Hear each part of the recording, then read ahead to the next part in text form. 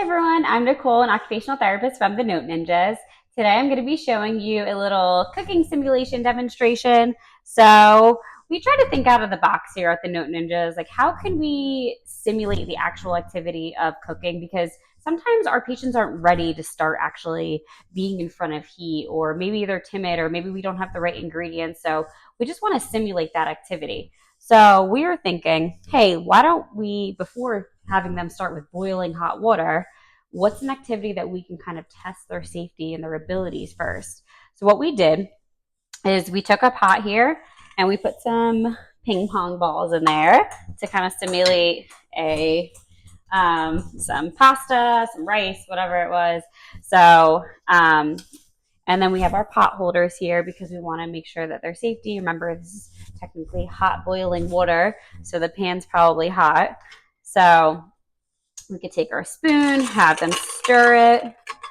All right, and this is great for endurance. It's great for some shoulder stability, mobility, some wrist mobility, elbow. It's great, just upper body strength, coordination, mobility in general. Okay, we can do some rotation, some wrist, some forearm pronation and supination. Okay, and then when we're ready, we'll set our spoon down. We can set a timer too to make it a little bit more realistic. That would be fun.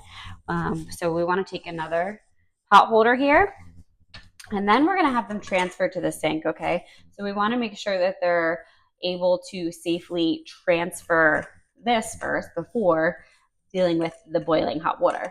So this is great because it's the way it's set up. You know, we could do some side stepping, we can turn, and then we place the colander in the sink.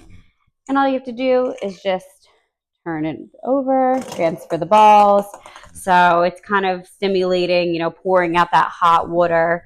And then, you could put your pan down in here, or you could put it back on the stove. Okay. And then you can come over here.